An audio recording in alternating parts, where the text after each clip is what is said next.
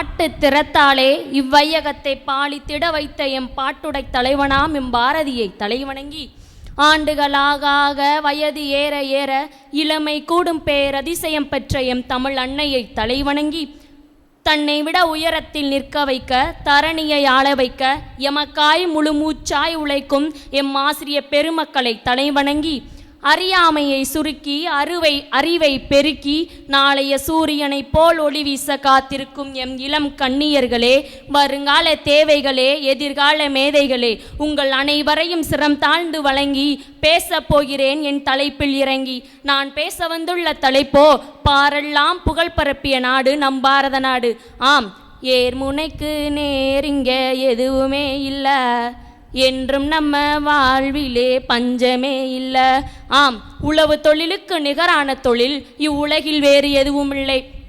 படைத்தவன் மட்டும் கடவுள் அல்ல, ஒருவனின் பசியாற்றுபவனும் கடவுள்தான்.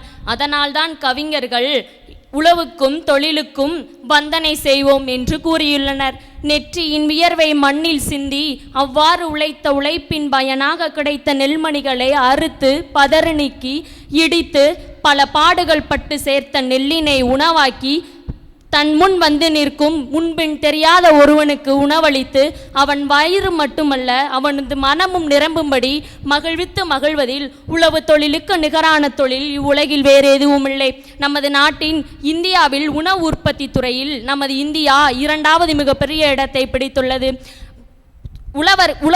நமது அரசாங்கம் உழவர்களை கருத்தில் கொண்டு அவர்களுக்கு பல்வேறு நலத்திட்டங்களை செய்து கொண்டுதான் வருகிறது. வெள்ளிப்பனி மலை மீது உலாவுவோம், அடிமேலே கடல் முழுவதும் கப்பல் விடுவோம், பள்ளி தளம் அனைத்தும் கோவில் செய்வோம், பாரத தேசம் என்று தோள் கொட்டுவோம். ஆம், வெள்ளிப்பனி மலை மீது மட்டுமல்ல, உலகிலும் உயரமான நீளமான வானிலும் சென்று உலாவுவோம் என்று பாரதி கண்ட கனவை மெய்ப்பித்து தோள் நிமிர்ந்து நிற்கிறது நம் பாரத தேசம். அறிவு அற்றம் காக்கும் கருவி, அதாவது அறிவின் நுண்ணிலை வளர்ச்சியே அறிவியல். 16ஆம் நூற்றாண்டிற்கு பிறகு மேலை நாட்டவர்கள் உலகம் உருண்டையானது என்பதை உறுதி செய்தனர். ஆனால் அதற்கு முன்னரே அறிவின் ஊற்றாக அனைவராலும் போற்றப்படும் மேலை நாட்டவரை தன்பால் ஈர்த்த வீரத்தமிழன் திருவள்ளுவர் தன் திருக்குறளில் ஏற்பின்னத்து உலங்கும் அதனால் உழந்தும் வடிவே தலை என்கிறார். ஆம், உணவே மருந்து, மருந்தே உணவு என்கின்றனர். இவ்வாறு பாரதியின் கண்ட கனவை மெய்ப்பித்து தோள் நிமிர்ந்து நிற்கிறது நம் பாரத தேசம் என்று கூறி வாய்ப்பளித்தமைக்கு நன்றி கூறி விடை பெறுகிறேன். நன்றி, வணக்கம்.